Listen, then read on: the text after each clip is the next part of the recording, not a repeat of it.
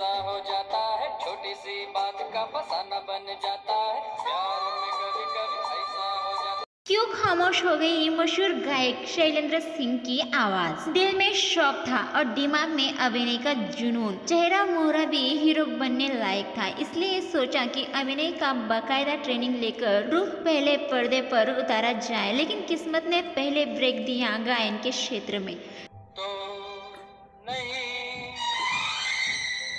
मगर पहले गीत ने ही तहलका मचा दिया। ऐसी सफलता किस्मत वालों को ही मिल पाती है, लेकिन ऐसी सफलता पाने वाला गायक धीरे धीरे फिल्म संगीत की दुनिया में हथिये पर ढकेल दिया गया और एक सुरीली आवाज खामोश हो गई। ये कहानी है बॉबी फेम शैलेंद्र सिंह की। 4 अक्टूबर 1952 को मुंबई में जन्मे शैलेंद्र के पिता पी शांताराम के असिस्टेंट थे। उन्होंने कुछ फिल्मों में शौकिया अभिनय भी किया, जबकि शैलेंद्र की मां निर्मला सिंह शास्त्रीय गायिका थी। बचपन में ही मां से प्रभावित होकर शैलेंद्र भी गीत गुनगुनाने लगे। अपने स्कूल के सांस्कृतिक कार्यक्रम में शैलेंद्र हर साल गायन और अभिनय की ट्रॉफी जीतते थे। मां को एहसास हो गया कि बेटे में प्रतिभा है। उन्होंने शैलेंद्र को उस्ताद छोटे इकबाल के पास संगीत की तालीम के लिए भेजना शुरू कर दिया। गायकी में प्रशिक्षित होने के बावजूद शैलेंद्र को गायन से अधिक रुपीले पर्दे पर उभरते हुए चेहरे आकर्षित करते थे।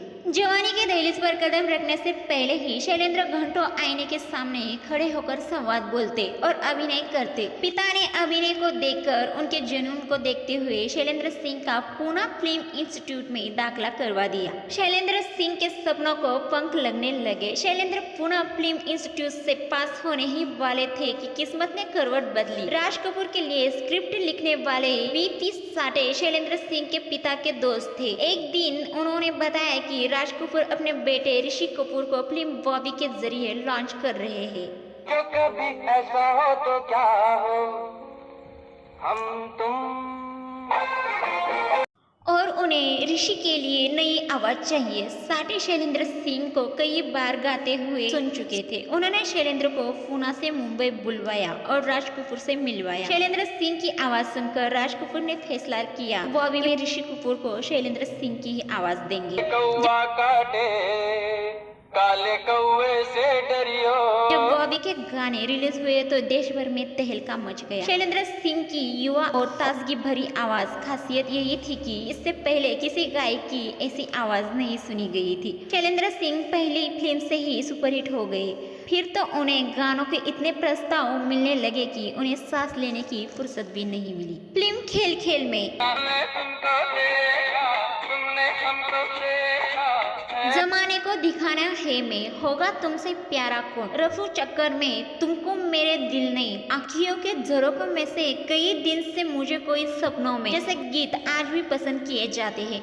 लेकिन शैलेंद्र को याद था कि उन्हें अपना अभिनय का कोर्स पूरा करना है, इसलिए वो किसी तरह से समय निकालकर पुणे पहुंचे और अपना कोर्स पूरा किया। इसी बीच शैलेंद्र सिंह के मन में अभिनय को लेकर झटपटाहट बाकी थी। अभिनय उनका पहला प्यार था। एक दिन उन्हें आर.के. स्टूडियो में राजेंद्र कुमार मिल गए। वो जानते थे कि शैलेंद्र पूना फिल्म इंस्टीट्यूट से पास आउट है। राजेंद्र कुमार को लेकर फिल्म दो जासूस बना रहे थे। उस फिल्म में उन्हें एक नए चेहरे की जरूरत थी। राजेंद्र कुमार ने वो फिल्म शैलेंद्र को दिलवा दी। फिल्म तो खास नहीं चली, लेकिन शैलेंद्र को जहरीली, जनता हवलदार, नौकर और अग्रीमेंट सहित कुछ फिल्मों में काम करने का मौका मिला। ये इत्तेफाक रहा कि जनता हवलदार को छोड़ शैलेंद्र की कोई फिल्म हिट नहीं हुई। इसी बीच उनके पास गीत गाने के प्रस्ताव बढ़ते जा रहे थे। प्यारा कौन हमको तो तुमसे है, शैलेंद्र ने सारा ध्यान गायन पर केंद्रित कर दिया और अभिनय का जुनून कमजोर पड़ता चला गया। लेकिन तिकड़मबाजी से दूर रहने वाले सरल मिजाज शैलेंद्र सिंह को फिल्मी दुनिया की राजनीति का जरा भी एहसास नहीं था। धीरे धीरे उन्हें हैरत में डालने वाली जानकारियां मिलना शुरू हुई। दरअसल कुछ गीत जो शैलेंद्र से गवाए गए और कुछ गीत जिन्हें गाने का अनुबंध शैलेंद्र ने किया था, वो दूसरे गायकों से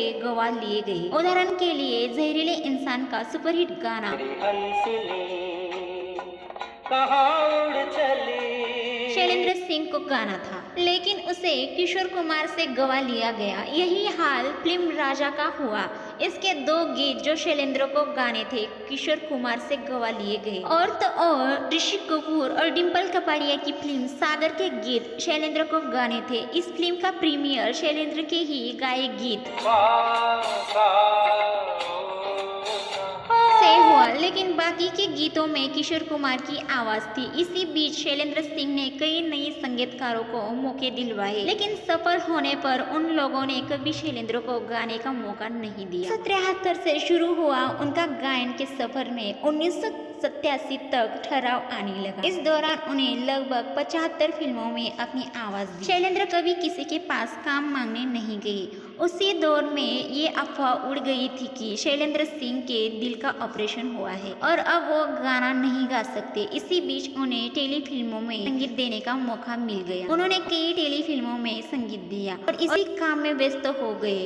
इस व्यस्तता से शैलेंद्र बाहर निकले तो उन्होंने पाया कि जमाना बड़ी तेजी से बदलाव हो चुका है। फिल्मों में बढ़ती हिंसा ने संगीत को हाथे पे ढकेल दिया है। तभी शैलेंद्र के मन में फिल्म बनाने का ख्याल आया और उन्होंने सचिन को लेकर एक मराठी फिल्म बनाई जो ठीक ठाक चली। शैलेंद्र सिंह ने फिल्मी दुनिया में लंबा समय गुजार लिया था। शोहरत, इज्जत और दौलत का दौर भी देख लिया था। करीबियों के धोखा, ईर्ष्या और जलन की चालें, गंदी राजनीति सब कुछ झेल चुके थे। 90 के दशक में उन्होंने खुद को परिवार तक सीमित कर लिया।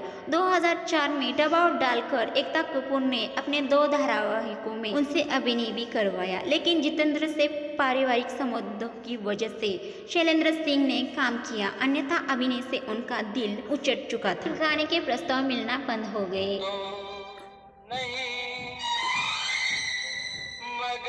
जैसे गीतों से सारे देश को हिला देने वाला ये गायक अब ज्यादातर खामोशी रहता है। अगर ये जानकारी आपको अच्छी लगी तो मेरे चैनल को सब्सक्राइब, वीडियो को लाइक जरूर कीजिए। साथ ही में शैलेंद्र सिंह का कौन सा गाना आपका फेवरेट है वो हमें कमेंट करके जरूर बताइए। शैलेंद्र सिंह का ये सफर और ये कहानी आपको कैसे लगी वो भी हमें कमेंट बॉक्स में जरूर बताइए।